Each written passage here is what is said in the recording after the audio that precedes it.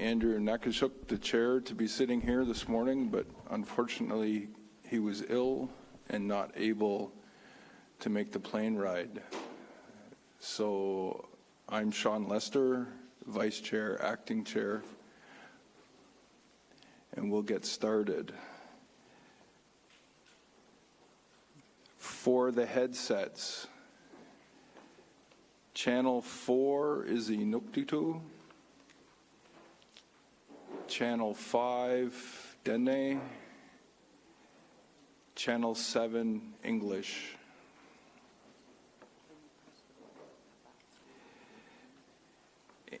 And if you don't have the knob on the top to pick the channel, you have to flip open the battery, and there's a little button over here, and if you push it once, it takes you to the next channel. And if it's not what you want to hear, you push it again, takes you to the next channel. So it's a bit to get set up, but once you get the right channel, you're fine.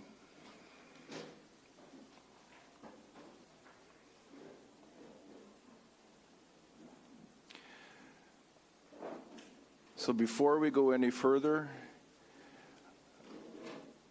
we'd like to thank you for having us in Thompson, and we're honored to be on Treaty 5 territory. And we will start with an opening prayer. So we would like Joe Hislop to please open in prayer.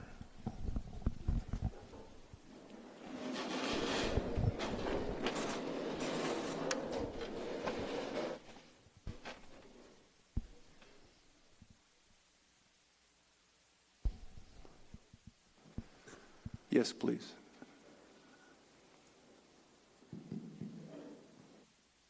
Thank you.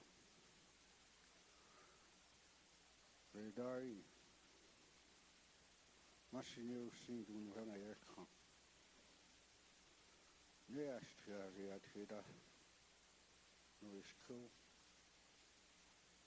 Udanahayat, Gazin, Dudo is Neonias.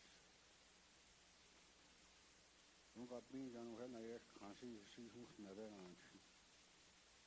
Which I mean, talk already done in Chinese easy. When you want, I get all in how they are to that fish in it. Say, dancing on Tia and to Hanon. I with a can not exceed with Jason in the no, it's un, no, but uncle. Hunt all her notifications at her. We got what young Jersey. We did hunt it. We did with Jason and John and Uruwasi. And the kiss from Cavalry. That's what we did. Kadasta. We said, Yare, down I had seen at her. She had. We see the good day in our hurry. Horinan, the Basi Horin, who you are see and on kind as a tar, don't have been a year kind, Basi and I.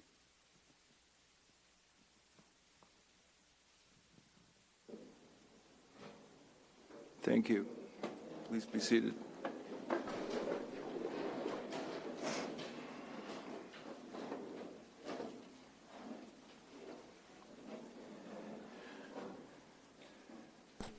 Next, we have the pleasure of a drum dance. Modeste Tessisage. And I believe others will be joining.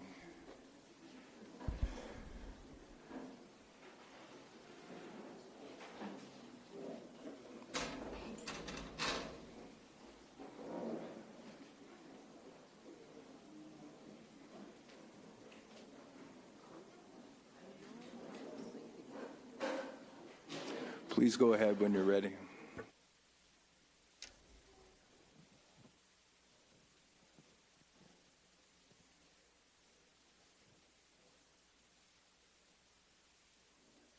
morning, everyone. My name is Modeste Zazi, one of the Council of Northlands First Nation, and also one of the drum carrier. Just like to say a few words on our caribou drum, our hand drum, made out of caribou hide and a birch tree. Our drums are used in many different occasions for good blessings, for good luck, all safety journey. This morning, we'll sing a song. Each First Nation, from 5 First Nations, then 5 First Nations, they all have a drummers here. We're going to drum as one voice. As we drum, our grandmother's heartbeat. As we sing to the Creator. As the drums are heard, are being, the caribou, they hear us. They say, our old people, when you hear the drum, that's where the caribou herd is going. And the spirit of our caribou will be here today and will listen that everything will go good for each and every one of us. Masicho.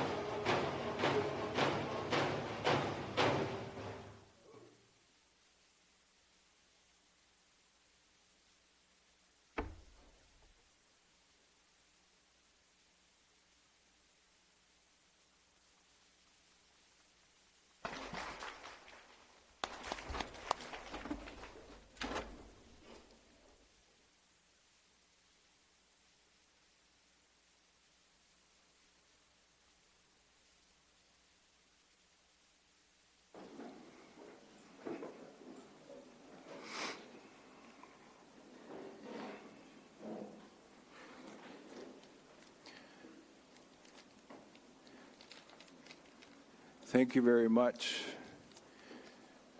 At the end, I just had to take a moment to absorb that. It's much appreciated on how to start our day. Thank you.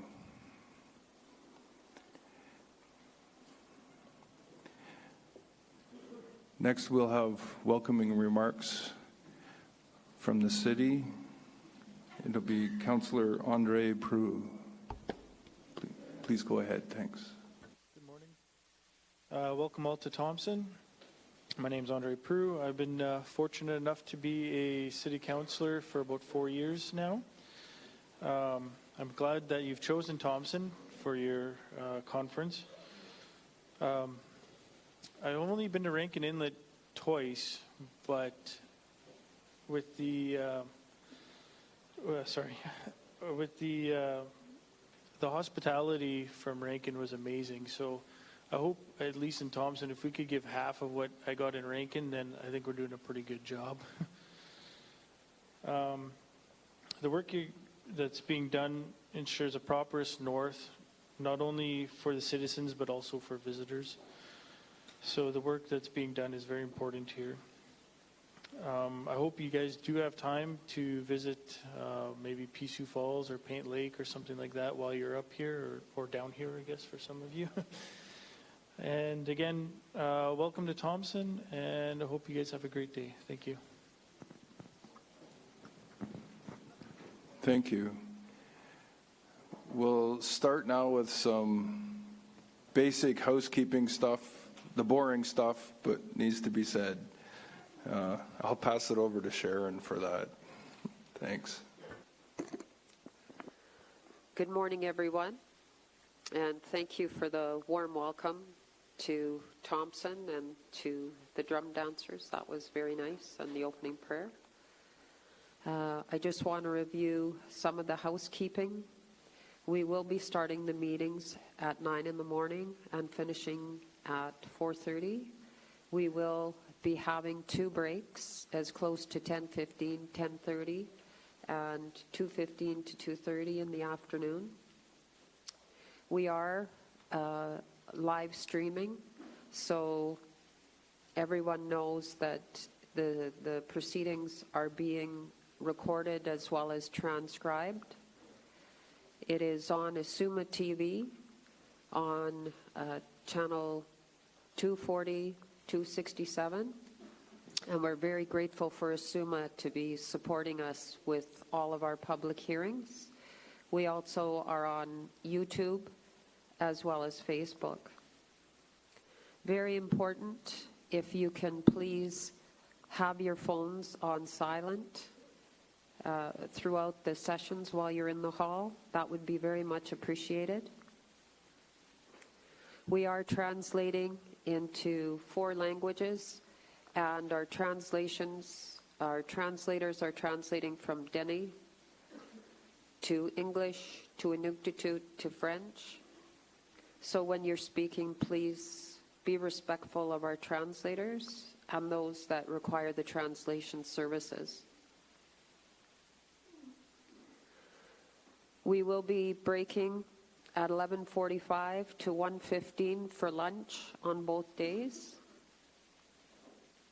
And as you check in, each of you have a name tag with a scan code. We do need to keep track of everyone that is attending. So please, as you check in the morning and the afternoon, and if we need an evening session, if you can just scan in, that would be very much appreciated. If you're a registered delegate and you don't have a name tag, our staff at the back will get one made for you if you just let them know. And I do understand there were a couple names spelled wrong. We apologize for that, and hopefully those are all corrected. As you came in, I just want to review the emergency exits. The main one that you came in, there's one at the rear and one at the front. Should we have to exit the hall, if you could exit to the exit nearest you. The washrooms are in the lobby as you came in. And please help yourself to the snacks, a coffee, tea, the water is over here. Our system is very sensitive, so when you're speaking, you do have to be very close to the microphone for the translators to pick up the translations. We ask that every person speaking be recognized and go through the chair, and that one person speak at a time. We also ask that as presenters are presenting to wait till they're finished and let the chairman recognize for the questions, so we're not interrupting the presenters. We will be sticking to our agenda and as much as possible to the timelines, because we only do have 2 days here and we want to make sure that everyone is heard. We are providing face masks, and that is optional. So if you're comfortable and you want to wear a face mask, please do so. Please be respectful of those that are saying they would like to be with their mask on.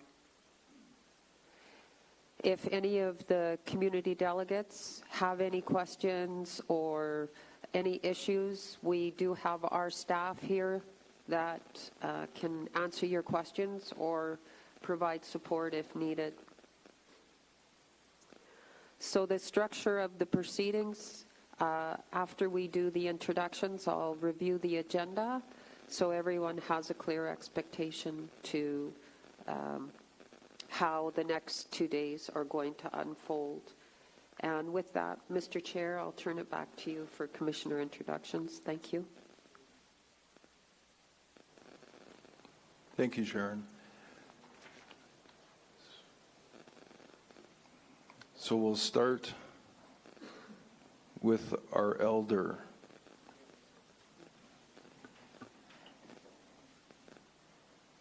Please go ahead. Go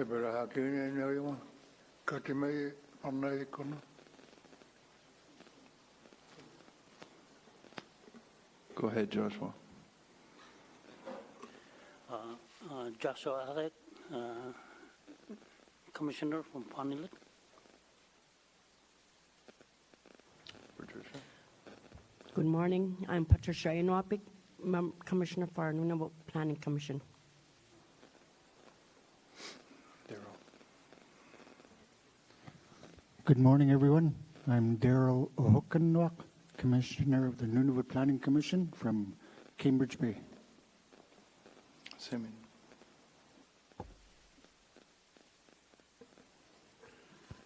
Good morning.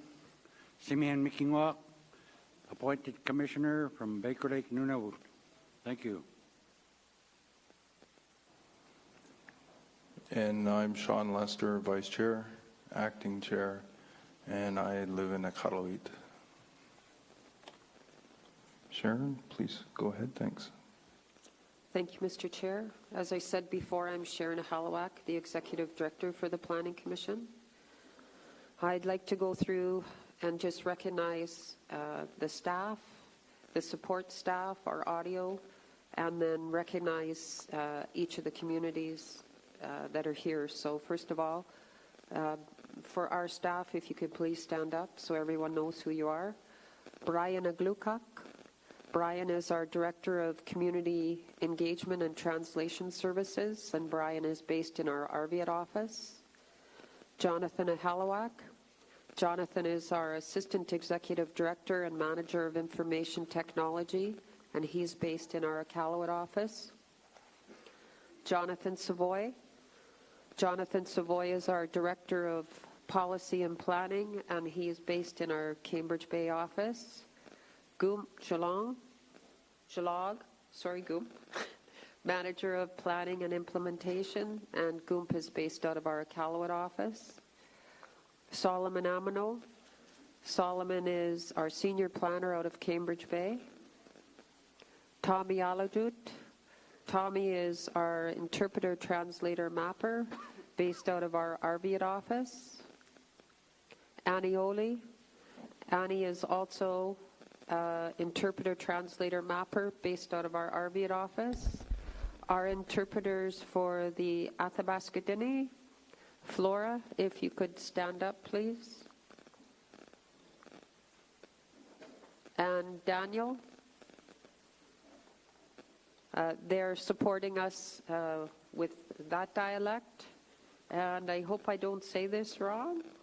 For the Hotel Dene Ko Tensei Dene, we have Jimmy and Nancy.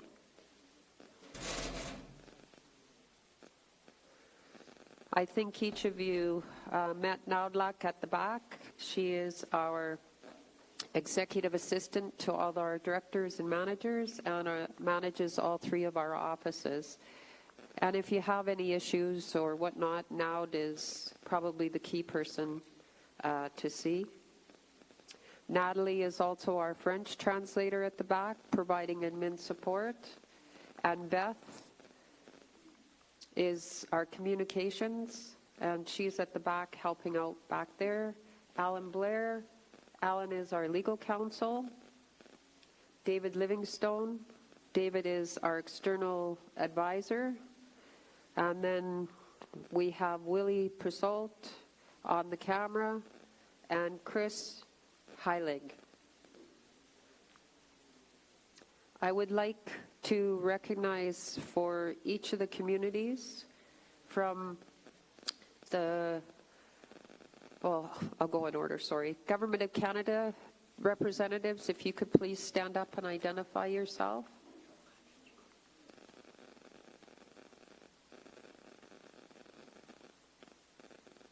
And I apologize, Adrian. I don't know how I missed you. Adrian is our planner GIS technician that does all the maps that you see on the wall. Apologies. From the Hotel Dene Cro Tene Dene, hope I did that right. The Northlands Dene Suthlene First Nation, if you could stand up, please. Good morning. And the Sise Dene First Nations. Good morning. From Athabasca Dene, from Fond du Lac, Dene Suthlene First Nation. Morning. From Black Lake, our delegates from Black Lake. Hache Lake. Morning. Seal River Watershed Alliance. Good morning. The Government of Nunavut team at the very back. Good morning. Nunavut Tungavik. And I would like to recognize the First Vice President James Italuk and his team. Welcome. The Kavalik Inuit Association. Hunter and Jeff, welcome. The Nunavut Water Board. Morning. The Beverly and Kamanariak Caribou Management Board. Good morning, Tina. Amico Eagle. Morning. Friends of Land Use Planning. And is there anyone that I missed? Any other participants or members of the public? All right, I'm going to turn it back over to the chair, and we will get started with our business at hand. Again, welcome everyone. Thank you. Thank you very much, Sharon. It's a pleasure to be in Thompson. It's my first time, so we did a little checking out, but we'll hopefully do a little bit more. We'll start today with a video. Is it cued?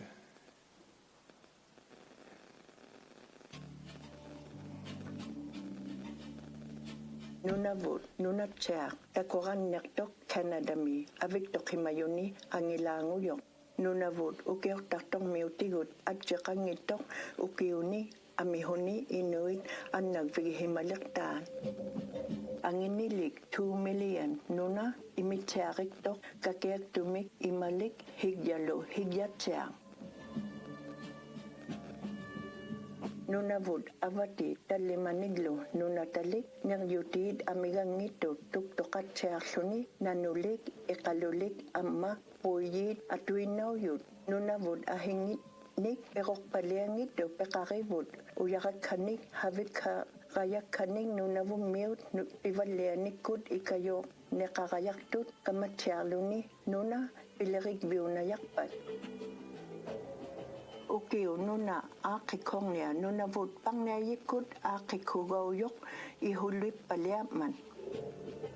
Kingulak pang mi nuna atong niriniak tanga nalagaw niya lakmat nuna vut nuna ngita ilangat ni tagvani September, October, amma November.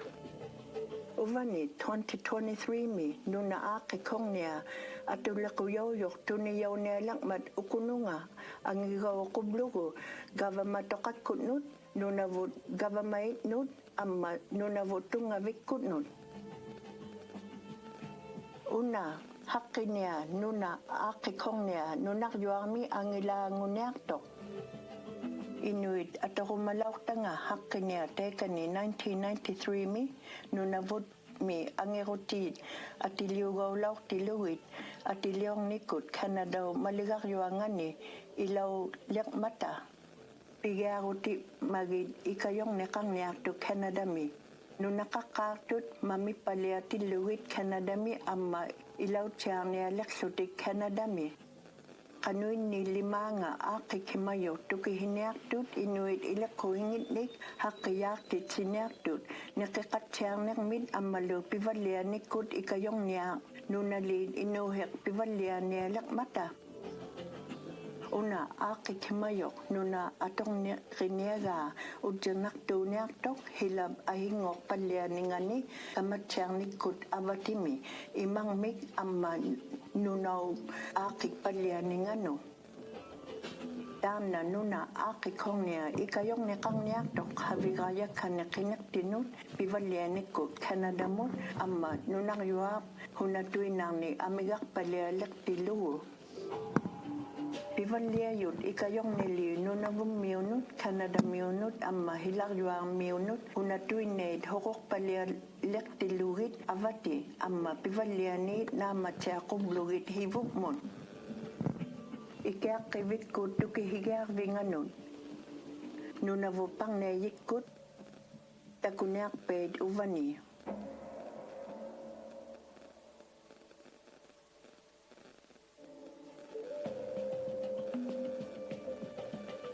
Nunavut. It's a spectacular landscape comprising 1/5 of Canada. A unique Arctic environment that has sustained Inuit for thousands of years. Almost 2 million square kilometers of land, pristine freshwater reserves, and vast marine coastlines. This land is home to 25 communities and incredible wildlife resources, including essential habitat for caribou, polar bears, fish, and marine mammals. Nunavut also hosts abundant mineral resources that can provide many benefits if they are developed responsibly. This fall, an historic land use consultation process led by the Nunavut Planning Commission is coming to a close. Final public hearings on the draft Nunavut Land Use Plan will be held in several northern communities in September, October, and November. In 2023, a recommended land use plan will be submitted for approval to the Government of Canada, the Government of Nunavut, and Nunavut Tungavik Incorporated. The result will be the largest land use plan of its kind in the world. It will fulfill the vision of Inuit self-reliance outlined in the 1993 Nunavut Agreement, which is constitutionally protected. And it is a major step in furthering national reconciliation with Indigenous peoples, a process that is vital to the future of Canada. This is a comprehensive, balanced roadmap that supports the Inuit way of life and bolsters food security while creating sustainable economic opportunities that will increase the health and prosperity of communities. This plan recognizes the challenges of climate change and the need to conserve land and waters. A protected, clean environment is important for all Canadians and the rest of the world. This plan also recognizes the enormous contribution that responsible resource development could make to the Canadian economy and a world grappling with resource shortages. The implications are far-reaching for Nunavut, Canadians, and the world as we face critical environmental and economic challenges together to sustain future generations. To find out more, please go to the Nunavut Planning Commission website at www.nunavut.ca.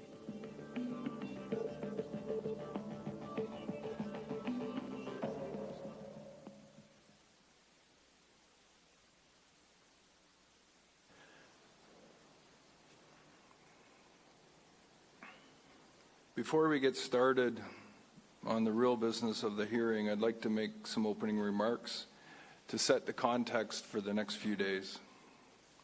First, I want to touch on the larger context and relevance of land use planning in Nunavut.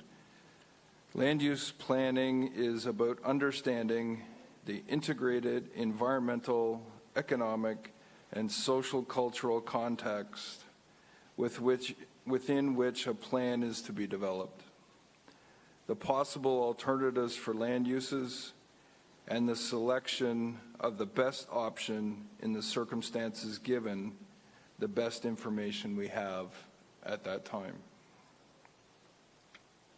Across the North and across Canada, land use planning processes have experienced many challenges. Those challenges are often due to diverse interests and the range of environmental, economic, and social conditions. Our experience in Nunavut can be even more challenging than any other planning processes because of the size of Nunavut, the varied interests, often from region to region, as well as within regions. We often have different views on an overall vision for land use planning in Nunavut and the scope and content of a first-generation plan, as well as disagreements over the necessary resources for planning and how hearings should be conducted. We must also address the unprecedented size of our planning area, which further increases the number and complexity of the issues. No other jurisdiction in the world has attempted this at such a scale. Regardless of the challenges identified, land use planning is essential.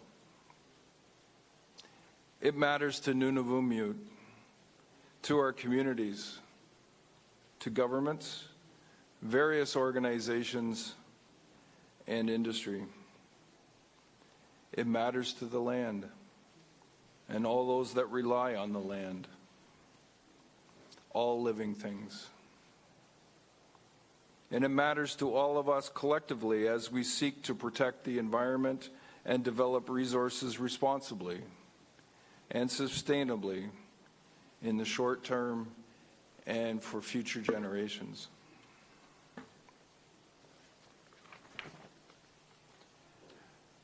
Article 11 of the Nunavut Agreement sets out the principles that guide land use planning in Nunavut. And here are some quotes. The primary purpose of land use planning in the Nunavut settlement area shall be to protect and promote the existing and future well-being of those persons ordinarily resident and communities of the Nunavut settlement area, taking into account the interests of all Canadians.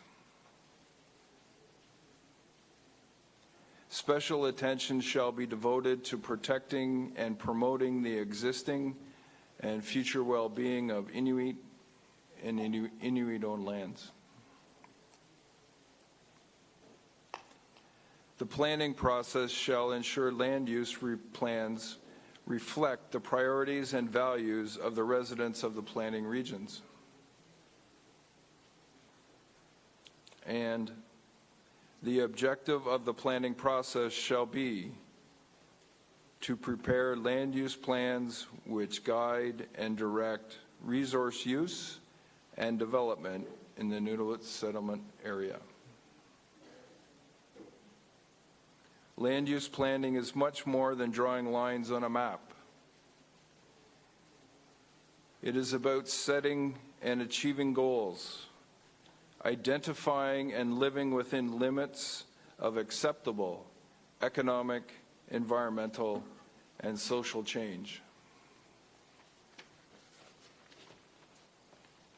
We must ensure the future is more than the result of a series of decisions about individual projects and activities.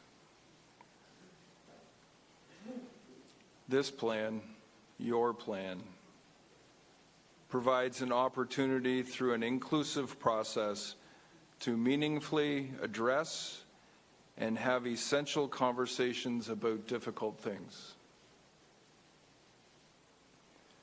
There are several reasons why a supported and approved Nunavut land use plan matters.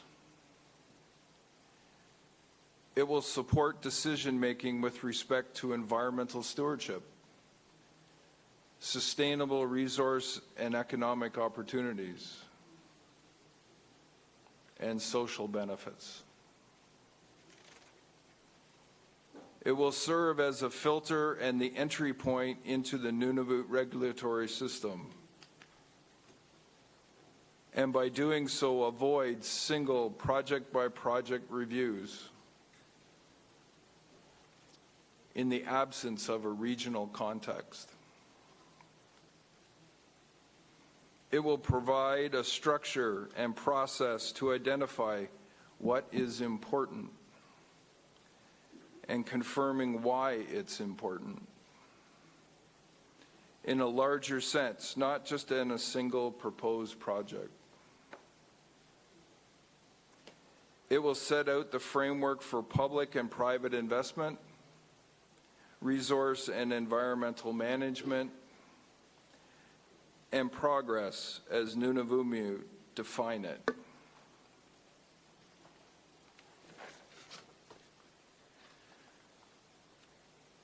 Planning needs to be understood as a continual process that has to be monitored and reconsidered over time as circumstances, needs, and opportunities change, and when new information becomes available. There is no magic formula for creating a land use plan. It is always a question of achieving an acceptable balance among differing views, values, and visions. Understanding and knowing comes in different forms. Both Inuit Kayamatayungi and Western science knowledge, the importance of experience, wise judgment, and intuition.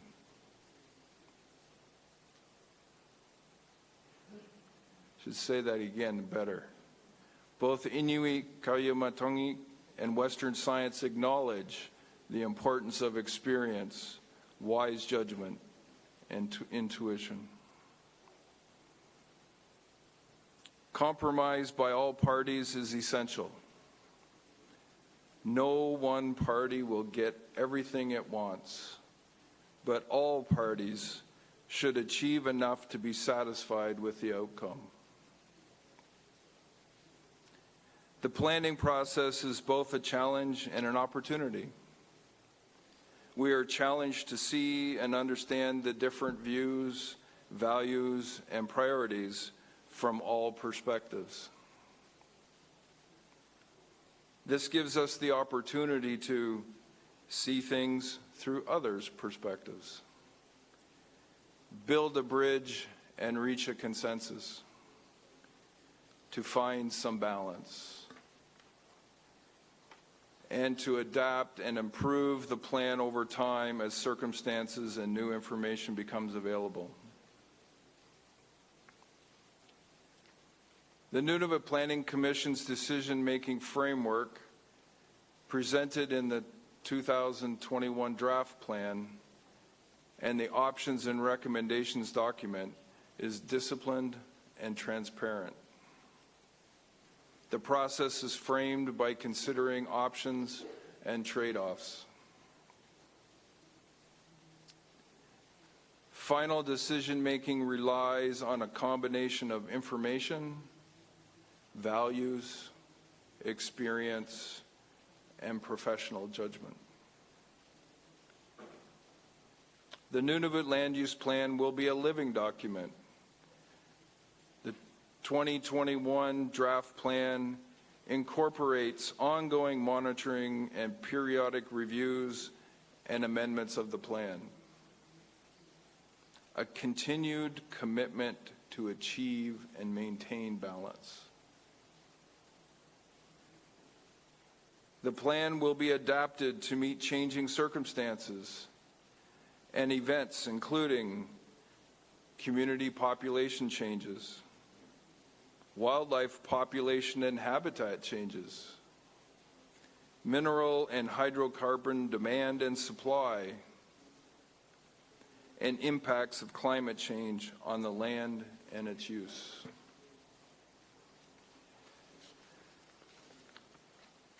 We commissioners are committed to making all efforts to ensure that balanced decision-making remains at the core of our discussions. We will continue to rely on the best available information, Inuit Kayumatungi and Western science, for the analysis of facts and consideration of values.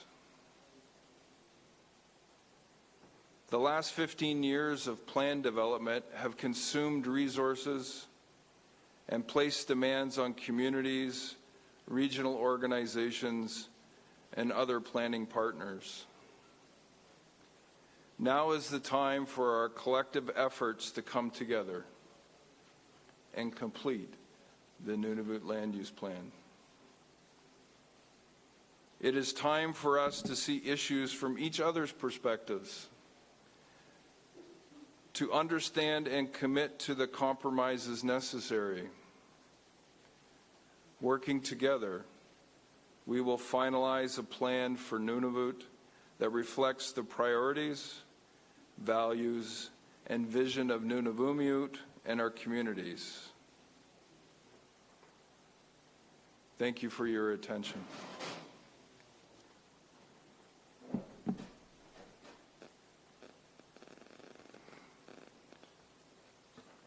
So we'll move to the next section,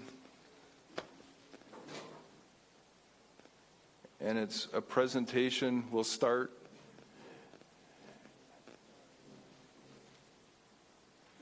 And then I believe we'll go to about 10:30, Jonathan,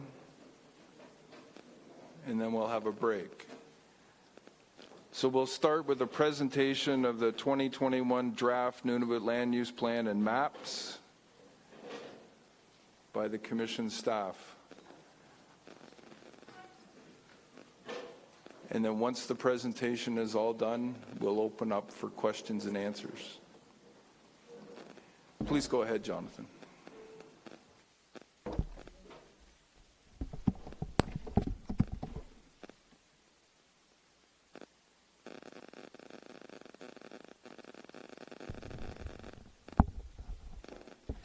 Thank you very much, Mr. Chair. This is Jonathan Savoy with the Nunavut Planning Commission. Thank you to everyone for making it here to Thompson. We're very happy to be here and look forward to hearing all of your feedback on the draft plan. But to get things started, I'm going to provide a high-level overview of the 2021 draft plan, focusing on areas and issues that are most relevant to those of us gathered here today. Please note that the presentation that will be on the screen and is included in the printed handouts is a translated version with Dene Southlanais syllabics, and there are some slides in the deck.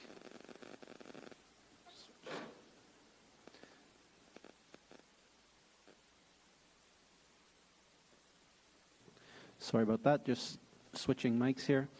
There are some slides in the deck that were relevant for our community orientation presentations that happened through the summer, but we had some issues with syllabics, so I'll just be skipping over a number of slides in this presentation just for reference. So first of all, the Nunavut Planning Commission is established under the Nunavut Agreement with the responsibilities to prepare land use plans which guide and direct resource use and development in the Nunavut settlement area. The Nunavut Planning Commission is the entry point into Nunavut's regulatory system and serves as the first point of contact between individuals or companies looking to come into Nunavut to conduct work on the land. We call these project proponents. And our land use plans are intended to set out a foundational framework for how land and resources will be used in the territory.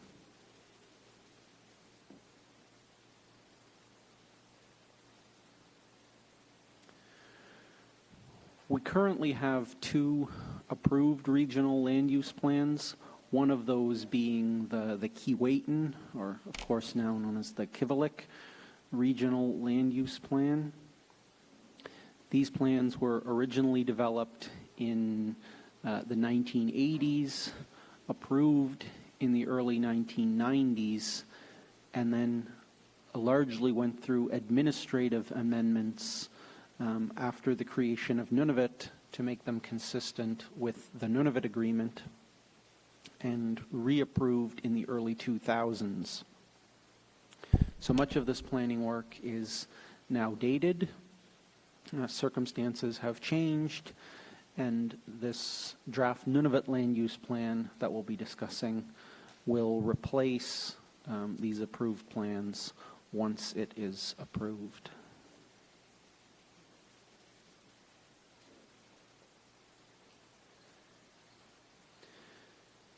The Nunavut land use plan began its development in 2007.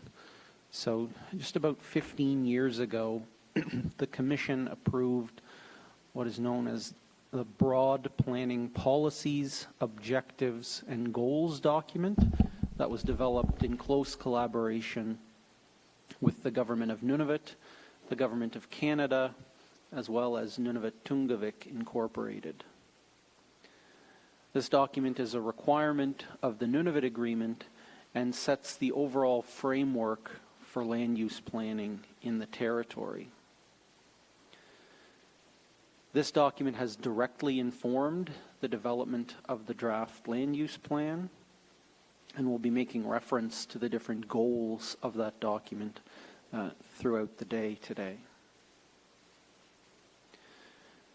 So since 2007, the Commission has been working to identify priorities, concerns of all planning participants, and to identify options on how to address these issues and priorities through a land use plan. Previous drafts of the document were released publicly in 2012, 2014, 2016, and most recently, of course, in July of 2021. So for each of these draft documents, the Commission has been consulting on the draft, hearing feedback, and revising the plan on the basis of the information and feedback it has received. And likewise, moving forward with this draft plan, the Commission will not only be considering all of the written submissions that have been received to date on the 2021 draft plan, but also all of the oral comments the Commission has been collecting at these 5 regional public hearings, of which this is the 3rd. And in addition, any further written submissions that may be received up until January 10th of 2023. Following the close of the record on January 10th, the Commissioners will be sitting down to reconsider all of the recommendations and options for the draft plan, and will be preparing a recommended Nunavut land use plan that will be submitted to the Government of Canada, the Government of Nunavut, and Nunavut Tungavik Incorporated for consideration in 2023.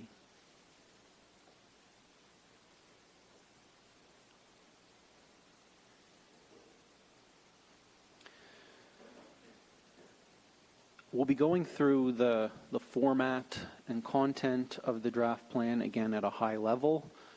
The first chapter in the land use plan serves as an introduction to the document and sets out a number of key concepts and terminology that we'd like to go over and highlight so we all have a common understanding of the terms being used today.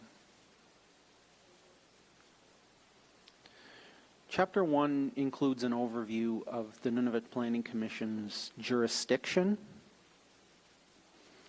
I'll first note that the land use plan will not apply to community land use, so activities that are conducted by community members, whether those are residents of the Nunavut settlement area or adjacent regions, including northern Manitoba and Saskatchewan. None of your activities out on the land in terms of harvesting, camping, traditional land use activities would be subject to any of the requirements that are being discussed today that are included in the draft land use plan. So any of the guidance in the draft land use plan is meant to apply to these project proponents, we call them, that are coming into Nunavut looking to use the land. So things like mineral exploration and production, tourism activities, scientific research, the construction of infrastructure, those types of uses would need to follow the requirements of the Nunavut land use plan once it is approved. In terms of geographic boundaries, we note that the land use plan applies to the Nunavut settlement area generally, which is a little bit different than the territory of Nunavut. In the southern Kivalliq, this mostly means that it does not include the entire portion of Hudson Bay, so only the area shown on our maps highlighted is included in the jurisdiction of the plan. We do note that the plan applies to all types of land ownership, whether that's Crown land, Inuit-owned land, municipal land, or any future land that may be owned by the Dene Soothlanay as well in the future.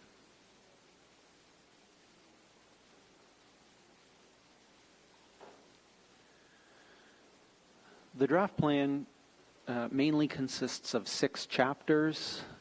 We'll be going through each of those in turn, focusing on the areas most important to you. But there's also a series of maps that form a major component of the land use plan, and you can see copies of the different portions of map A on the walls at the back. So including maps for all of Nunavut, as well as some closer in views of just the Kivalliq region.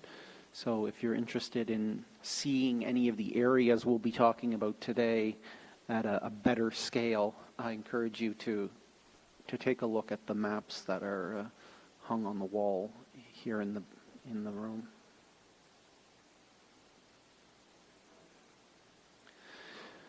There's also a series of maps at the back of the land use plan document itself, identifying valued components that we'll talk about shortly, as well as a number of tables and appendices that set out additional information on certain plan requirements, as well as things like definitions of terms used in the plan. We won't be going through those in great detail today, but if there are any questions on anything specific, we'd be pleased to go into any further detail that's required.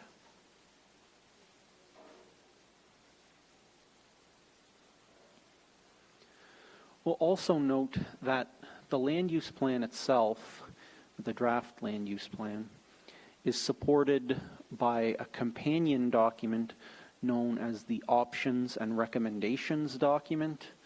There are a few copies floating around, and it is much larger document running many hundreds of pages. We don't expect most community representatives in particular to have gone through all of that information in general, but we do note that it is a valuable resource that outlines the information that was considered by commissioners when they were making their decisions for this draft plan, the different options that were considered, and how each decision was arrived at.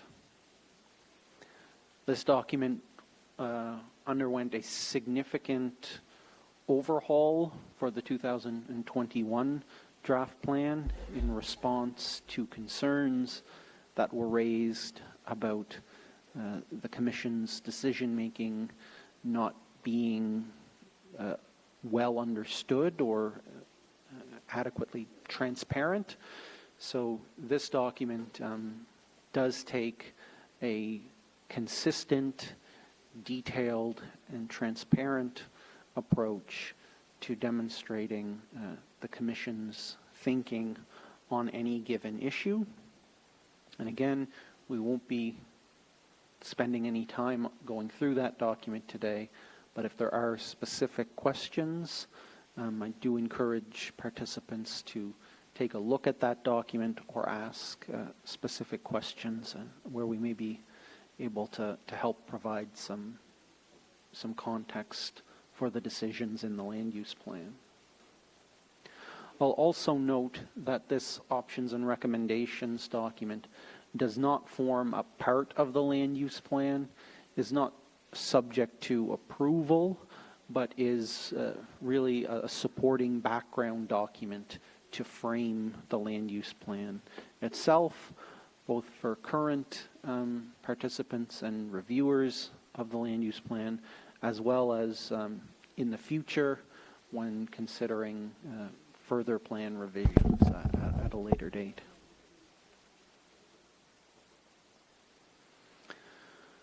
We'll note that the land use plan itself relies on a system of what we call land use designations that are similar to the zoning that might be more familiar in a community context.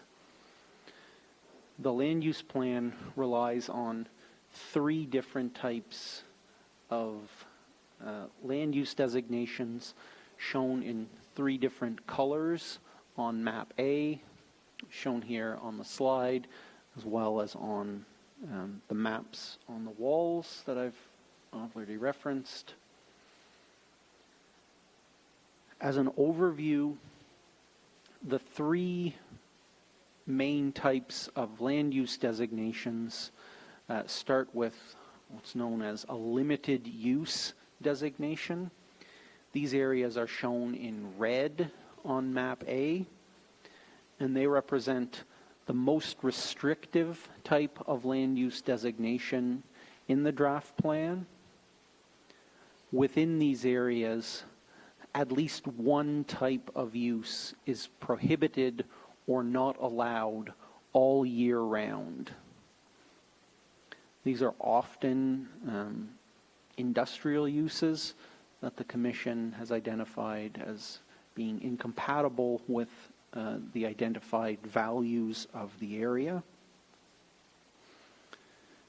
And in addition, these limited use areas can also have other specific plan requirements identifying rules that project proponents would need to follow.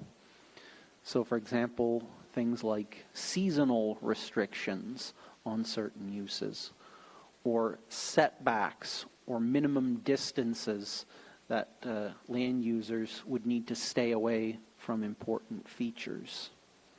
So all of those tools can be included in a limited use designation, again shown in red on map A. The second type of land use designation is known as conditional use areas. In these areas, there are no year-round restrictions on land use, but there may be other plan requirements such as seasonal restrictions or those setbacks or minimum distances that I just referred to. So these are a more flexible land use designation than limited use, but still have specific plan requirements included in them. The third designation is known as mixed use. So it's shown as the lighter colored tan areas on the map. These areas do not have any year-round prohibitions or restrictions, and also no other specific plan requirements for land users. So in these areas, all proposed uses would be supported by the draft plan, but all of these areas, including mixed use, can have what we call valued components identified within them.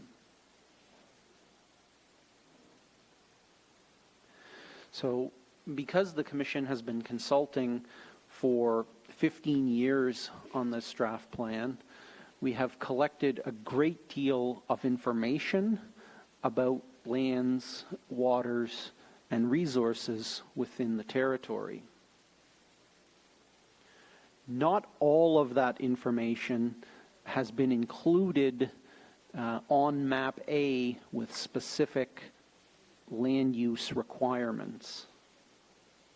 But all of that information is still very important and useful to the Commission, project proponents, and other regulatory authorities.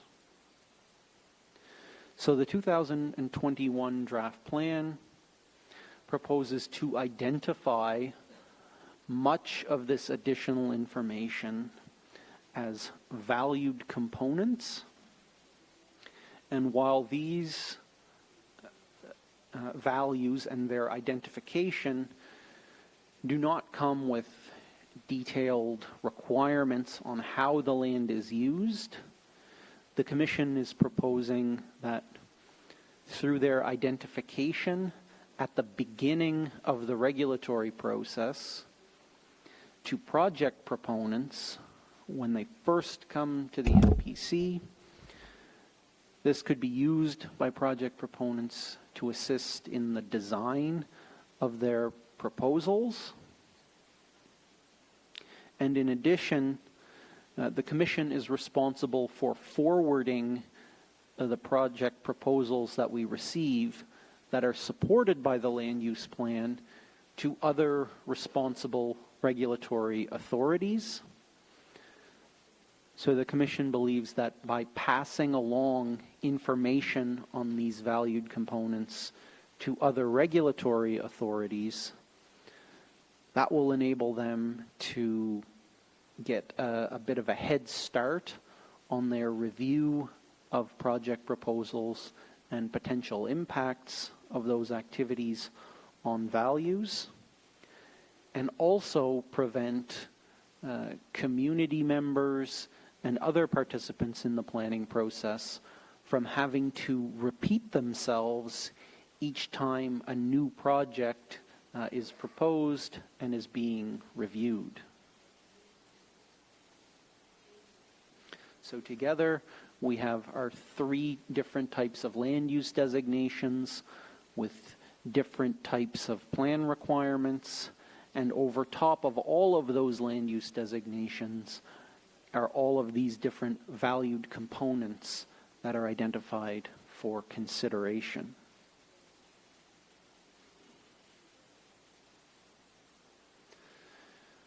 There's a high-level overview on this slide of different area calculations for the different types of land use designations. At a general level, the mixed use areas, which again are areas where all uses would be supported by the plan, represent 65% of the Nunavut settlement area. An additional 9% are included in the conditional use designation, so those are the yellow areas shown on map A. In addition, there are 22% roughly included in the limited use or the most restrictive red areas on map A.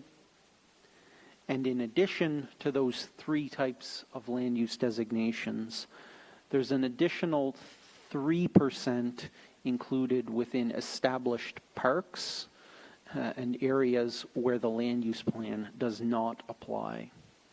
So in those areas, the Commission does not have jurisdiction. There are no land use designations assigned to these areas because the Commission does not have jurisdiction.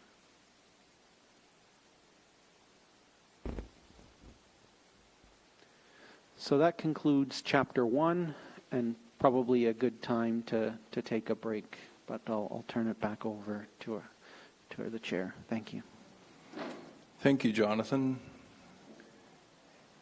And we will take a 15-minute break, but I just want to let people know that if you're having trouble with your headsets, just raise your hand and somebody will come and help you.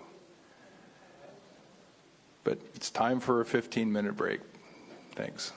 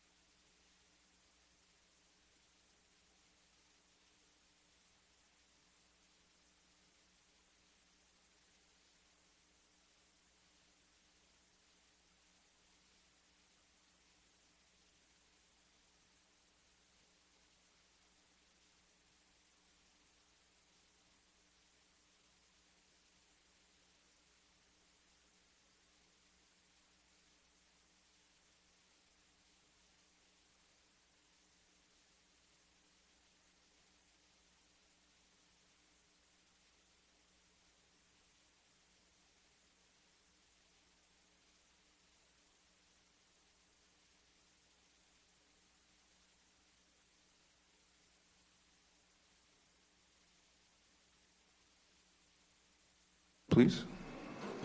Thank you, Mr. Chair. Sharon Halawak, Executive Director for the Planning Commission.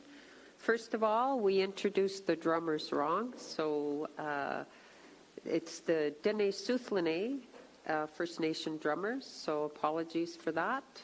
And we also would like to recognize the legal team over on the side, Wayne, Chris, and Kelly, if you can stand up, for the Hotel Dene Suthlene. As well, we also have reps joining us who came in after the introductions from the Government of Manitoba, Natural Resources and Northern Development. Ladies, if you just want to stand up so people can see where you are, thank you so much. And with that, Mr. Chair, we'll go back into the presentation, and when Jonathan finishes, we'll review the agenda, as I said, for the next 2 days after the presentation. Thank you, Mr. Chair. Thank you, Sharon. When you're ready, Jonathan, please go ahead. Thank you very much, Mr. Chair. Jonathan Savoy again with the Nunavut Planning Commission. So we finished our overview of Chapter 1, talking about the different land use designations and valued components approach that the land use plan takes generally. Chapters 2 through 5 each deal with a distinct goal of the land use plan. And Chapter 2 is on the goal of protecting and sustaining the environment. This chapter deals with a number of different types of wildlife habitat generally. I'll go through this chapter, again, as I've noted, highlighting areas of most importance to those of us gathered today and kind of quickly skipping over issues that may be more applicable to more distant areas.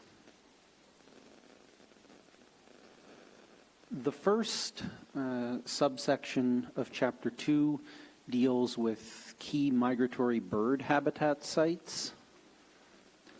The draft plan identifies 3 different classes of migratory bird habitat sites.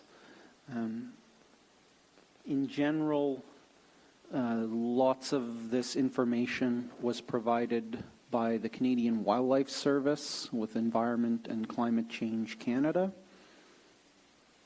For Class 1 sites, the draft plan identifies proposed prohibited uses in these locations, as well as setback requirements from key locations within the broader area. So these would be both land-based or terrestrial setbacks, as well as aerial or minimum altitudes that different types of aircraft would need to maintain, and also setback requirements for ship traffic in the marine areas. Looking at the map, you can see that there are no Class 1 sites in the southern portion of the Kivalliq region. But on the right-hand side of this slide, there are Class 2 and Class 3 locations identified. So Class 2 corresponds to conditional use areas that don't have year-round restrictions but do have those setback requirements. An example being the Middleback River area near the Thalon Wildlife Sanctuary. And finally, the Class 3 sites do not have any prohibited uses or setback requirements, but are identified as valued components. And you can see some in the southern Kivalliq along the Hudson coast that are associated with the McConnell River Migratory Bird Sanctuary, which we'll discuss in the next chapter.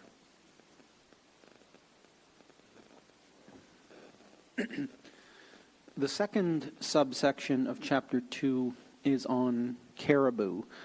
So we understand this is one of the most significant issues in the Nunavut Land Use Plan for the Dene Soufflene. And we'll take a little bit more time to review these sections. There are a large number of different types of caribou habitat identified in the draft plan. The first two shown on this slide are caribou calving as well as post-calving areas. These are both identified as limited use designations with year-round prohibitions or restrictions on a number of industrial activities, including mineral exploration and production, oil and gas exploration and production, all-weather roads, hydroelectric power development, as well as large-scale wind turbines, as some examples. And both of these habitats in the draft plan also include seasonal restrictions for other uses that are supported by the land use plan. So except things like scientific research and tourism activities related to caribou conservation. So there are a number of uses not allowed at any time of the year, and then other activities that may be permitted in the areas would also have to follow seasonal restrictions. So an example that we've been using is something like a military training exercise. So sometimes the Department of National Defense and rangers do things like cold weather survival training, as an example. That would be able to occur in a calving ground in February, but not during the calving season itself. In terms of the information that was considered here, or the boundary identification, these areas were largely defined by the government of Nunavut through their satellite collaring data for the different caribou herds. So they used satellite tracking information in a statistical or computer analysis to turn those points into areas of most importance, or that are most used by caribou during the different seasons. The Commission did consult broadly and with community members in particular, and there have been some modifications to those boundaries based on traditional knowledge, but the foundation for the mapping of these two habitat types was the government of Nunavut's collaring data. And we can see here in the southern Kivalliq, and as you can see in more detail on the maps on the wall, these two types of habitat make up a large percentage of the limited use designations included in the land use plan in this area. In addition to calving and post-calving areas, the draft plan also identifies caribou key access corridors as limited use areas. That might sound like a funny or an unfamiliar term. Just note that the Commission's understanding is that caribou key access corridors are important portions of the caribou's migration routes that they use to access the calving grounds, and they are defined to include only portions of the post-calving habitat. So again, when we talk to communities, they're not regularly identifying caribou key access corridors. They don't use that terminology, but based on the government of Nunavut's analysis, these areas are identified as important habitats, and again included as limited use designations with year-round prohibitions on certain industrial activities and also seasonal restrictions for other uses.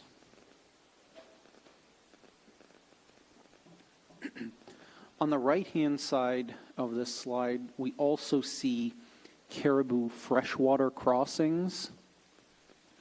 This information came from a variety of sources, including going back to the 1970s federal caribou protection measures, as well as the identification of freshwater crossings directly from community members and hunters and trappers organizations within the Kivalliq region.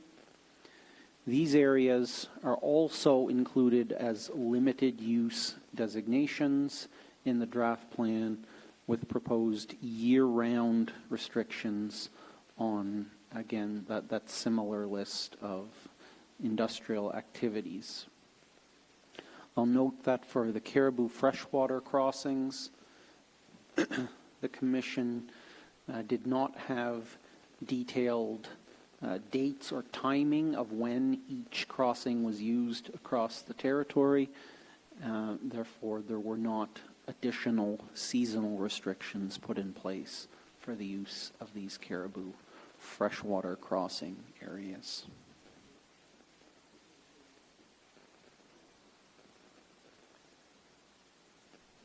Moving on, we have a number of additional caribou habitats identified.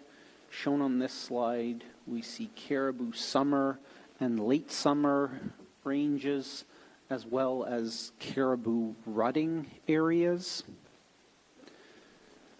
The Commission heard a great deal about the different types of caribou habitats and their importance.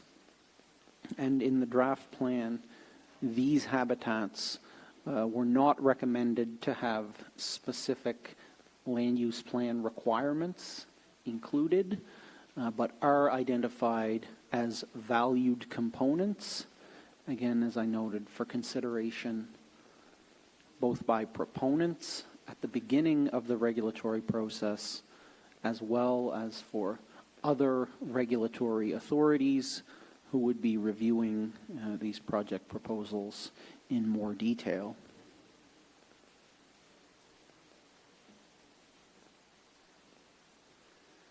The draft plan also identifies caribou sea ice crossings as conditional use areas with seasonal restrictions. I'll note that there are none applicable to the southern portions of the Kivalliq region, so we won't go into that in detail. And the draft plan also identifies peri-caribou areas in the high Arctic. Again, that's just for reference.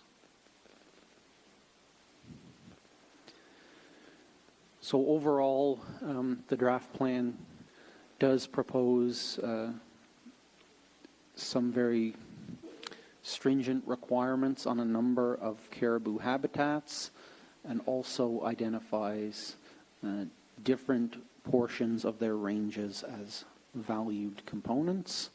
And we do appreciate that this issue has been identified during previous consultations as being very important to the Dene Southlanais.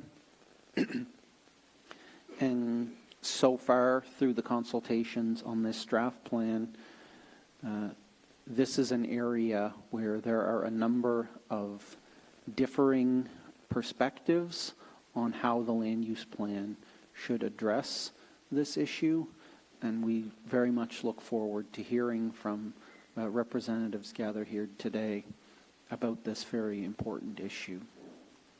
So just for participants' reference, some feedback on this draft plan is in support of the approach to caribou management in the draft plan as currently drafted. Other participants have expressed concern that the level of restrictions being proposed for caribou habitat will have negative impacts on Nunavut's economic development and are unnecessarily restrictive. And some participants suggest that these habitats could be managed, for example, through just the use of seasonal restrictions rather than year-round designations. So that would be moving some of these limited use designations to conditional use designations, for example. And we've also heard suggestions from other participants that what are known as mobile caribou protection measures would be more appropriate for certain habitats, or in fact all caribou habitat, where rather than protecting specific areas in the land use plan, that those protection measures should be attached to the caribou themselves as they move. Again, trying to briefly overview some of these issues. It was noted during previous hearings that mobile protection measures can provide management of exploration projects, but may not be entirely suitable for operating mines, as an example. And some concerns with mobile measures also noted in previous hearings included the statements that they do not provide habitat protection itself, but rather protection for the caribou themselves. Of course, that's not a comprehensive overview of the feedback that's been received, but I just note some aspects of the differing opinions on caribou to put some of that in context for the participants gathered here today that may not have been aware of some of the detailed feedback that has been received to date. But I'll now move on to the remainder of Chapter 2. The next subsection is on polar bear denning areas. You can see there are some identified polar bear denning areas in the southern portions of the Kivalliq along the Hudson's Bay coast. This is a fairly unique example of a plan requirement in the 2021 draft, where for polar bear denning, the draft plan proposes a seasonal plan requirement where any project proponent looking to conduct activities that would disturb the ground or the snow that the bears may be denning in would first have to conduct a survey to identify potential polar bear dens by a polar bear monitor. And then if active or suspected active dens were located, a 1 kilometer setback would need to be implemented around those particular locations until the polar bear monitor has confirmed that the bears have left the area. And this would apply to larger scale activities such as drilling or blasting or the operation of heavy equipment to the identified polar bear denning areas. So during these seasons, for example, an aerial survey would not be subject to these seasonal requirements, but larger earth or snow moving operations would have to follow this survey requirement.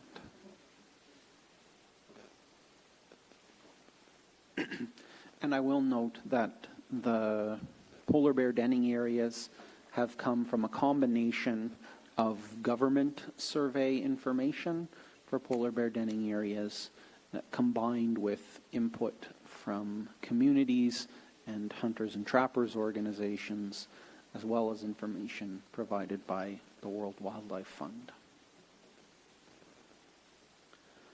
On the right-hand side of this slide, we see walrus haulouts. These are areas used by walrus during the open water season to haul out onto the land and rest. There are no known active walrus haulouts in the southern Kivalliq identified in the draft plan, but in general, the draft plan does identify these habitats and includes a limited use designation with year-round restrictions on certain activities, as well as very detailed setback requirements, again, for both land-based activities, aircraft flying over them, as well as marine traffic for different size vessels. The next three sections deal with different types of whale calving areas. The draft plan identifies calving areas for beluga, narwhal, and bowhead whales. I'll just generally note that some of these locations for each species of whale are included as limited use designations.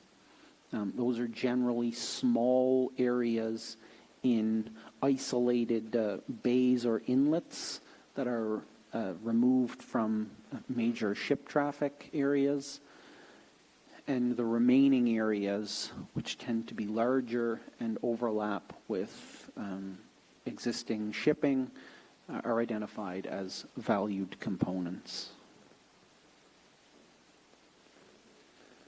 We also have on the right-hand side of this slide Atlantic cod lakes. This is an issue only applicable to a small area in the Qikiqtaaluk region, so I'll skip over that as well.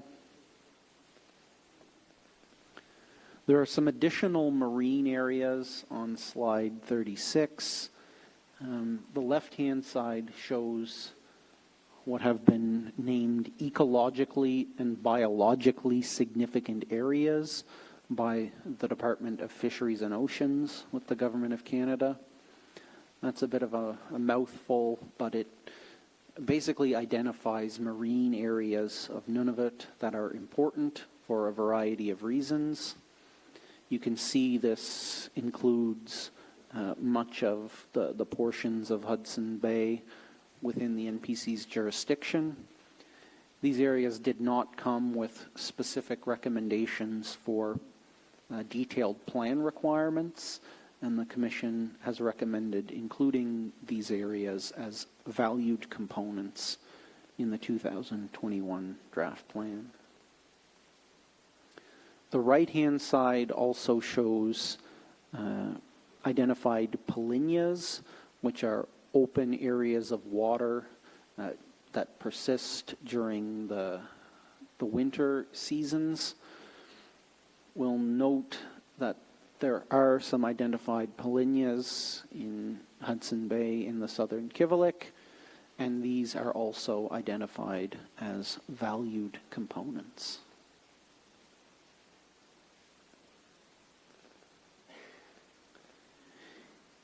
The next slide deals with transboundary considerations, or areas that cross borders.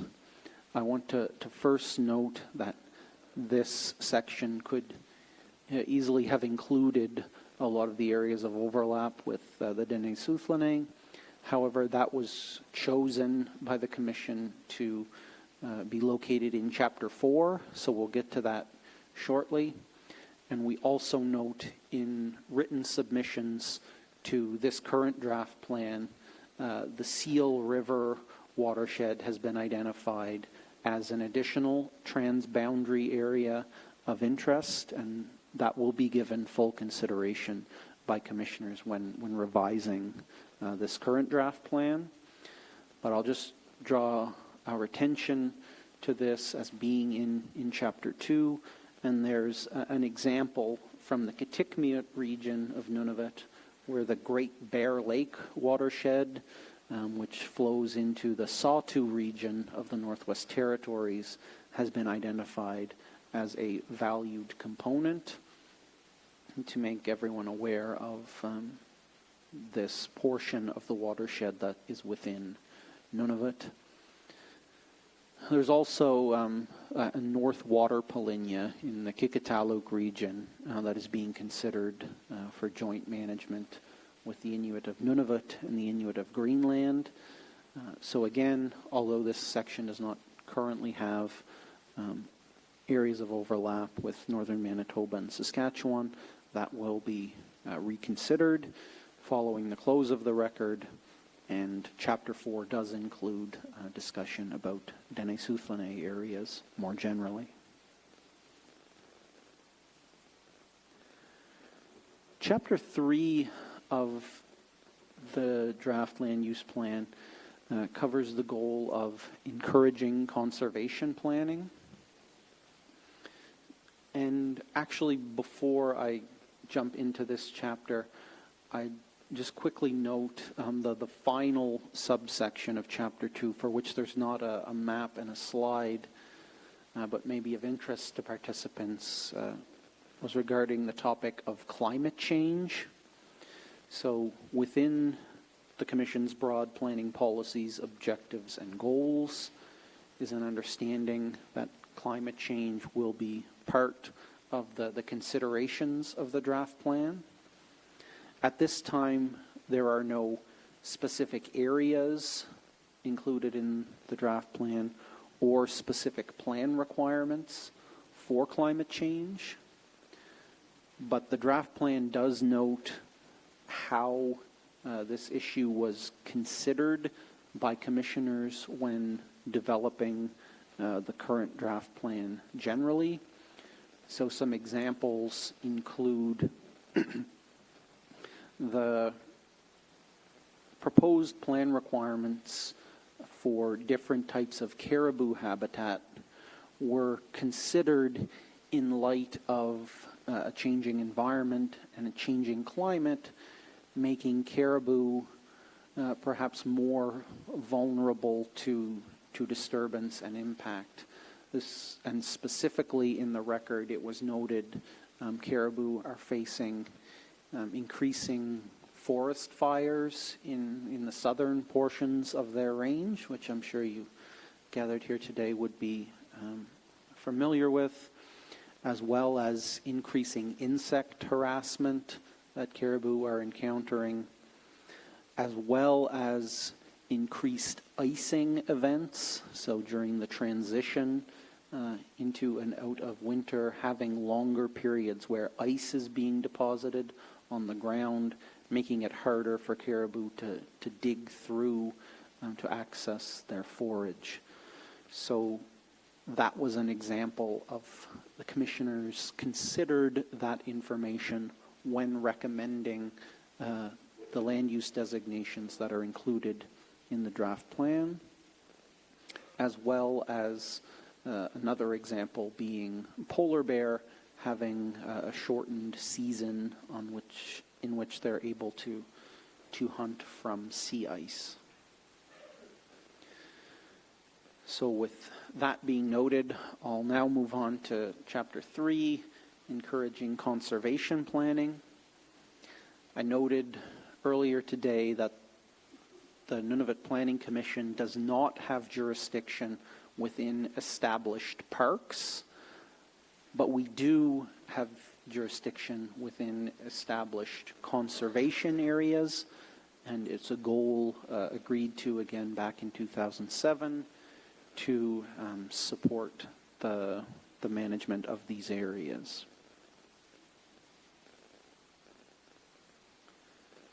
The left-hand side of this slide shows future national and territorial parks. Here in the Southern Kivalliq, the only examples are small territorial parks, generally associated with communities within Nunavut. These are often recognized as being territorial parks, but are not yet fully established, and therefore the Commission continues to have jurisdiction in these areas at this time, and the draft plan includes them as limited use designations with year-round prohibitions.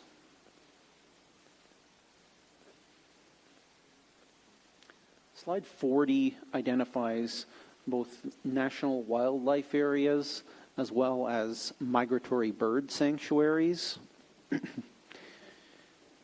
In the southern Kivalliq, there are no national wildlife areas, but there is at least one migratory bird sanctuary, the McConnell River Migratory Bird Sanctuary to the south of Okviet.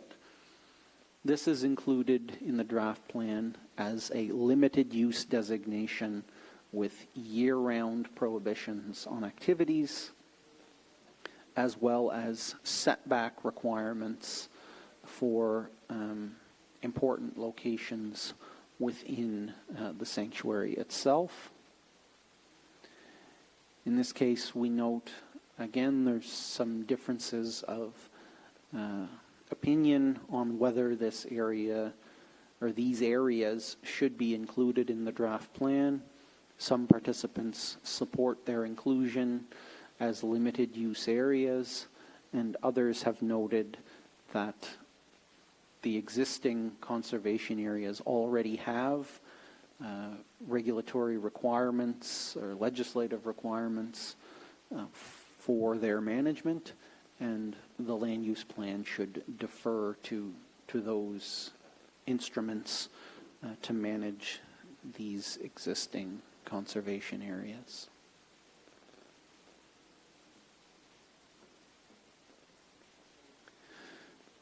The next slide identifies on the left-hand side national and territorial historic sites. We do recognize that throughout Nunavut there are many locations of historic and cultural value.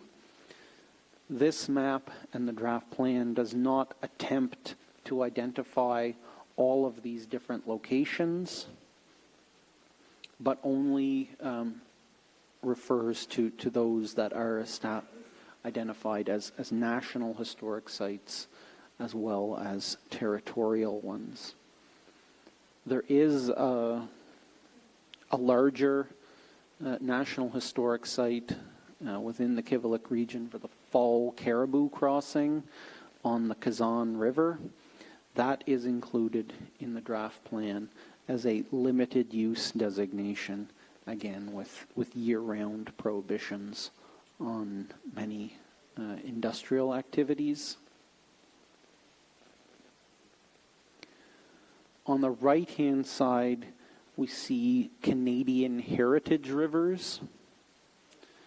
So I'll first note that the Commission has reviewed the management plans for all of Nunavut's Canadian heritage rivers, including the Thalon and Kazan heritage rivers, which were originally developed and approved in the 1980s.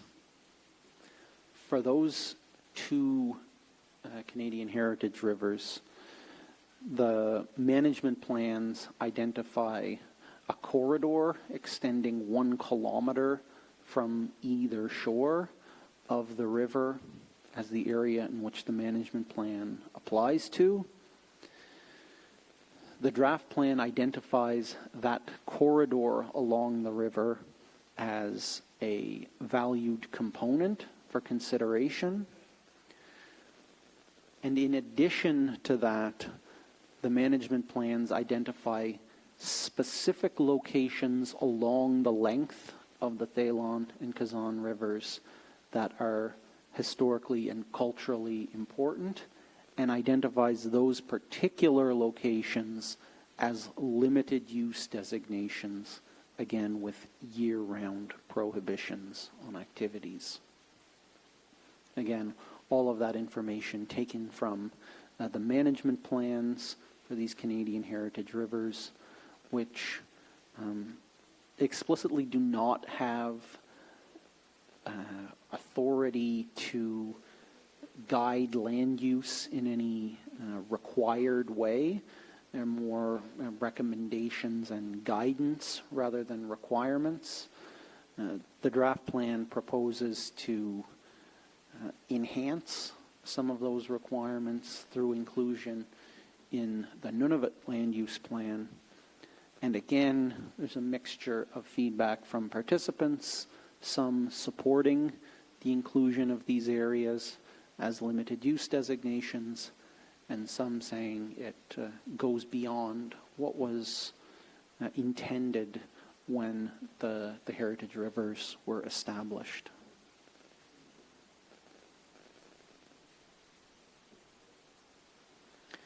Moving on to Chapter 4, which is on the goal of building healthier communities. So Chapter 2 addressed a number of environmental concerns and wildlife habitat. Chapter 3 identified different types of conservation areas the draft plan attempts to support. And Chapter 4 gets into areas identified by communities for their well-being. The first subsection of this chapter deals with community areas of interest. So throughout Nunavut, different communities have identified different areas important to them for harvesting, and camping, and other cultural activities.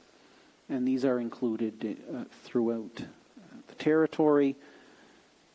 The first example applies territory-wide for community on-ice travel routes, which are included as conditional use designations, with the concern being from potential impact of shipping through ice, preventing community members from traveling in the winter on the sea ice.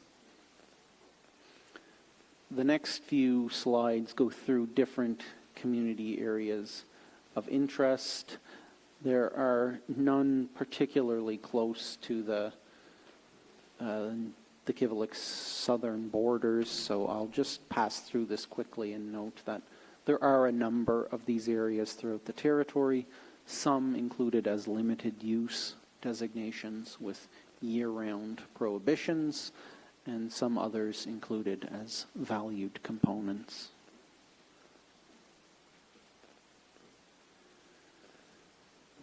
The next slide includes a few hard to interpret maps, and we do recognize that. The left-hand side of this slide identifies other community-identified priority areas. So this represents several thousand areas that the Commission individually recorded from communities, identifying different values. Much of this information was recorded between 2012 and 2014 during community consultations. I will note that the Commission visited the 5 communities gathered here today from northern Manitoba and Saskatchewan. And at that time, in 2014, it was mutually agreed by community representatives at that time that you would not like to map detailed information about values within Nunavut with Commission staff. So we do recognize that those consultations took place, but at that time, detailed mapping was not undertaken at the guidance of the community participants themselves. All of that information, however, is included as a valued component, including from Nunavut communities in the southern Kivalliq, and it's felt that identifying all of that information can assist project proponents with the design of their project, again, as well as other Nunavut regulatory authorities when considering projects in these areas. The right-hand side of this slide shows use and occupancy mapping that was collected both by the Commission and by the Dene Southlanais, like yourselves. So use and occupancy mapping is a general term used to describe one-on-one interviews with individual land users and harvesters. Commission staff traveled to all Nunavut communities to collect that detailed information. And this map does include the information that the 5 Dene Southlanais communities collected and provided to the Commission. So in this case, there has been detailed mapping of your use and occupancy within Nunavut. This was collected through your own processes, provided to the Commission, and included on this map. I will note in the draft plan itself, there was an oversight that we very strongly apologize for, where the use and occupancy mapping provided by your communities was not included in the draft plan. The Commission acknowledges this oversight and has included it on this slide here today for presentation, and that will be the map used going forward. But in the printed copy of the draft plan, there is that oversight on inclusion of that information that was provided. And again, all of that use and occupancy mapping included as a valued component in the draft plan.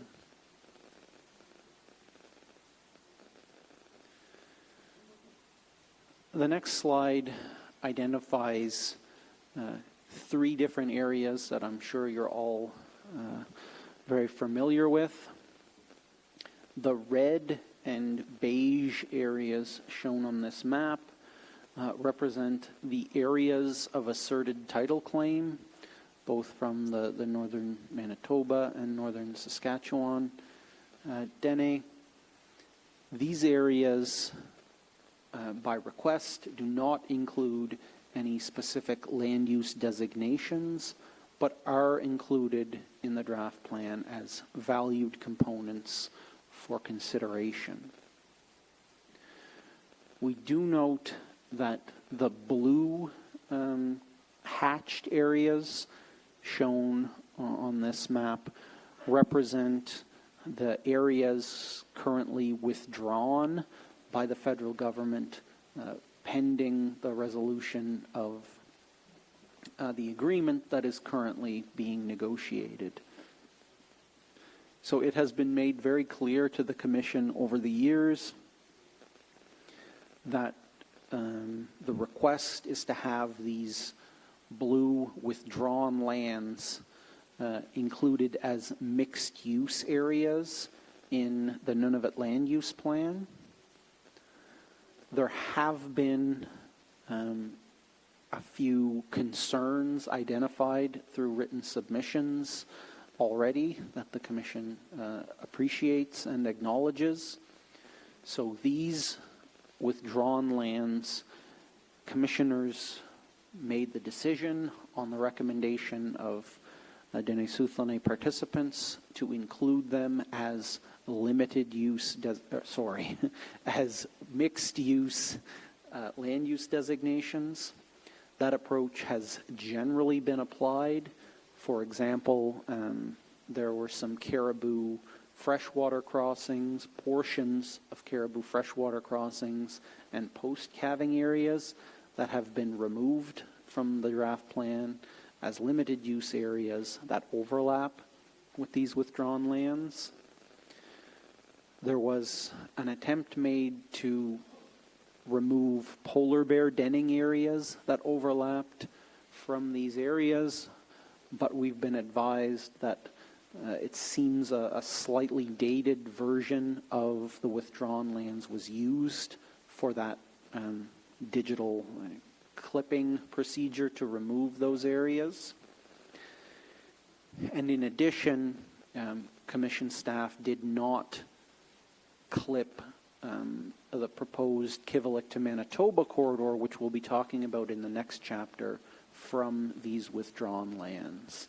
So that those three issues have been noted in written submissions and will be given full consideration by commissioners when revising the 2021 draft plan early next year.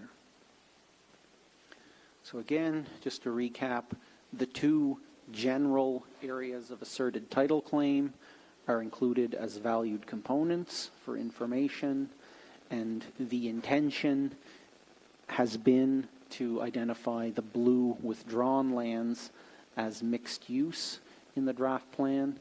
The effect of that being they're included as mixed use within the draft on the map, so you don't necessarily see the boundaries that have been included. And the Commission does appreciate the concerns that have been noted, and will be relying on the most up-to-date version of those withdrawn lands to prepare the 2023 version of the draft plan.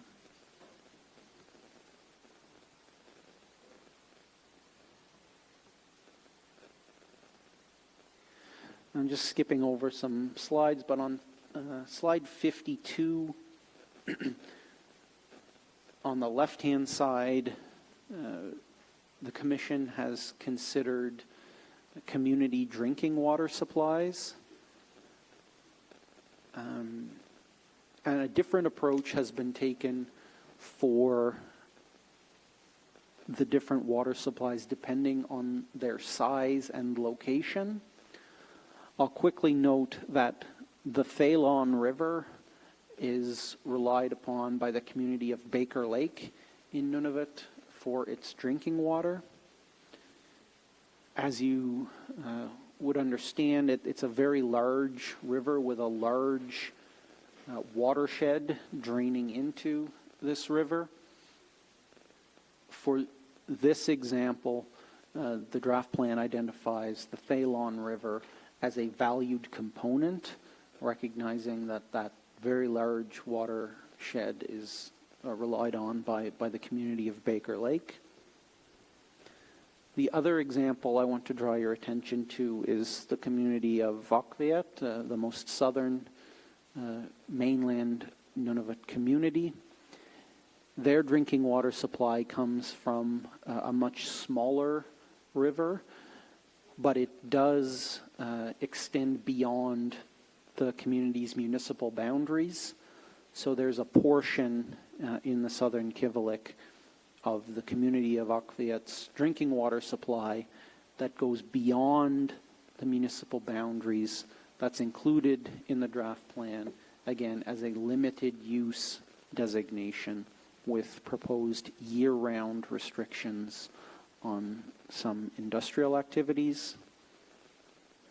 And again, over the last several weeks and in written comments, the Commission has heard differing perspectives on whether that should be included as a limited use designation, but I just wanted to draw that area to your attention here this week.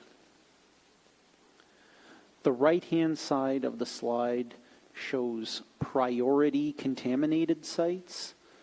So through the development of the draft land use plan, the Commission has considered different types of waste sites and contaminated sites.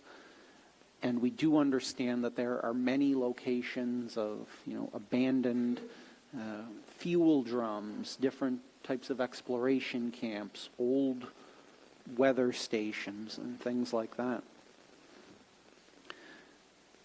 The draft plan itself and this slide only attempts to identify what we're calling priority contaminated sites. These are the potentially most harmful to human health and is not meant to be comprehensive, but these priority locations are included as limited use designations with year-round restrictions on some activities to keep them away from these potentially dangerous sites.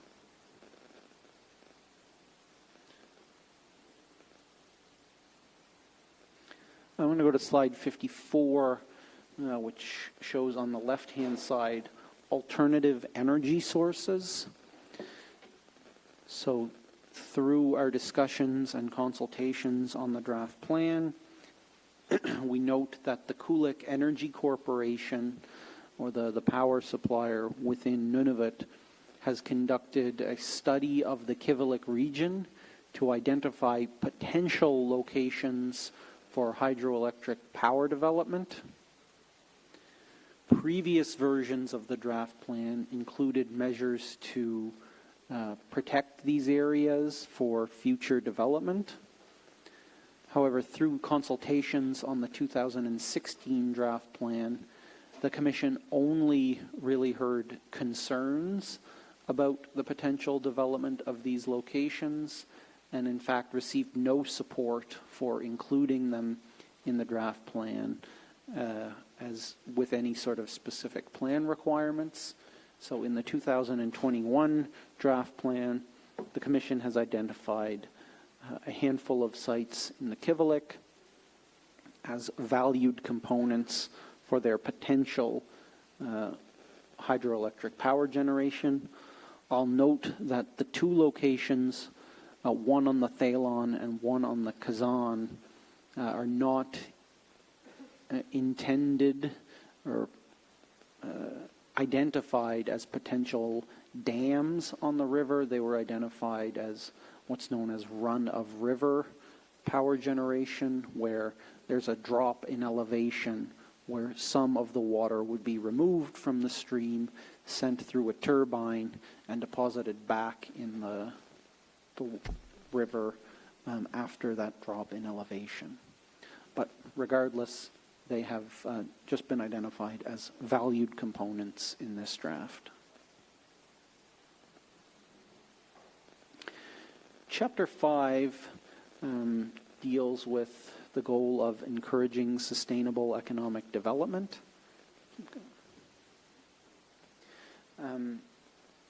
Within this chapter, there are four distinct topics. The first being mineral exploration and production.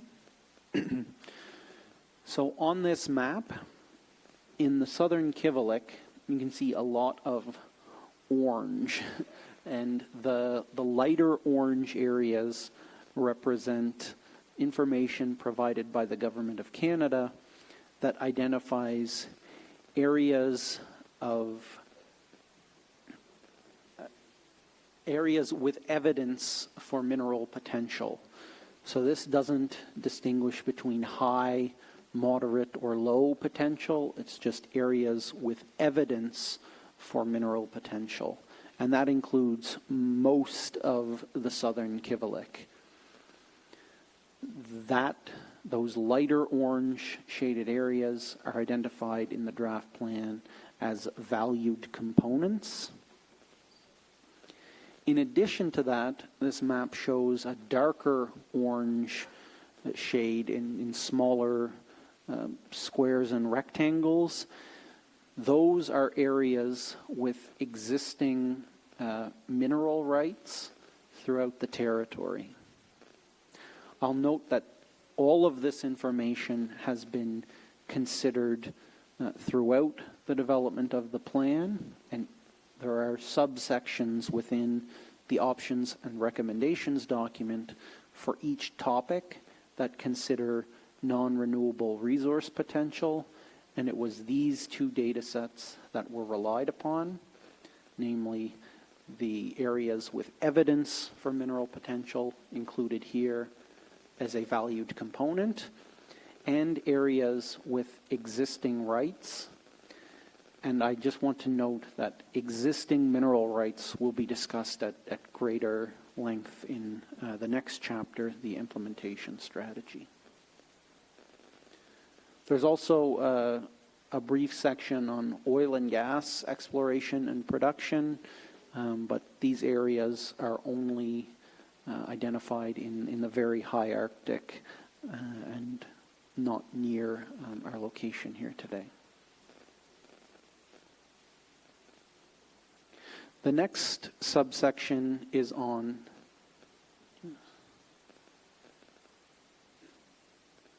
keep going. Okay. Yeah, Okay, please sorry, go we're- another section and then we'll Okay. stop. Thank you very much, Mr. Chair. The next section of Chapter 5 deals with transportation and communications infrastructure. The draft plan takes a number of different approaches to different types of infrastructure, whether existing or proposed.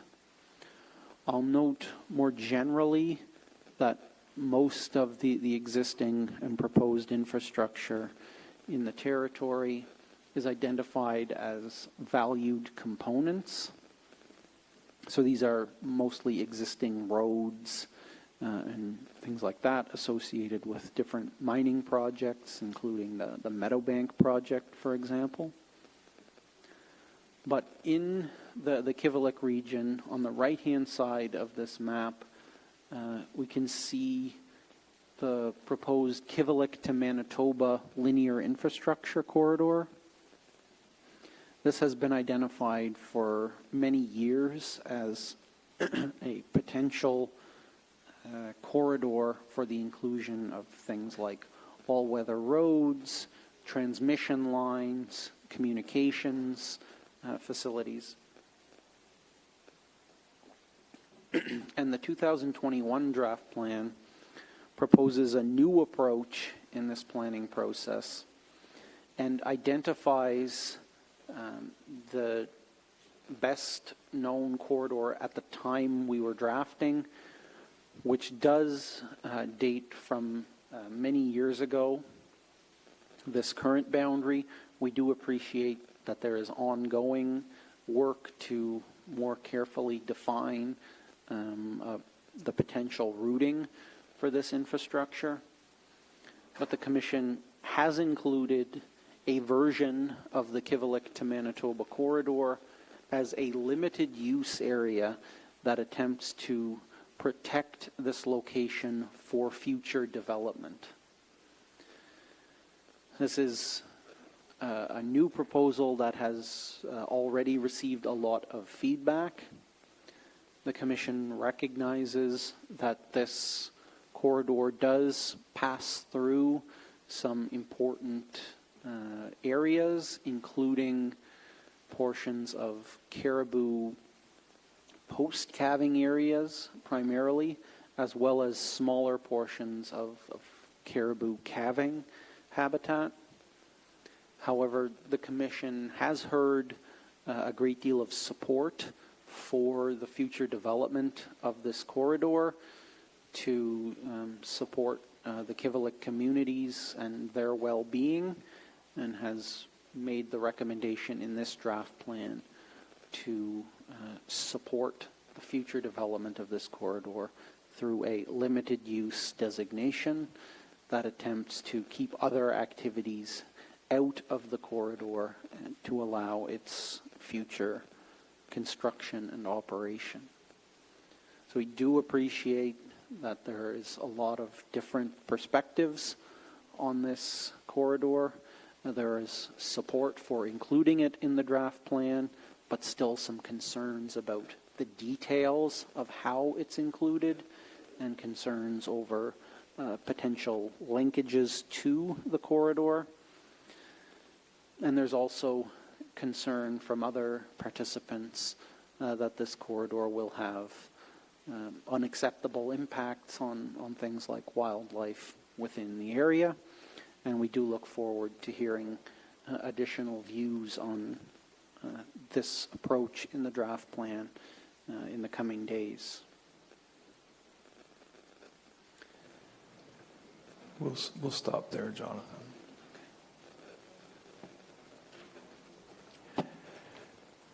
It's a good place to stop for lunch. Jonathan will finish up chapter 5 and chapter 6. Then we'll have questions and answers after lunch. We'd like to get started at 1:15, please. And just to let you know, we notice it's a little bit chilly, so we are trying to get somebody here to work on that problem for us. Thank you.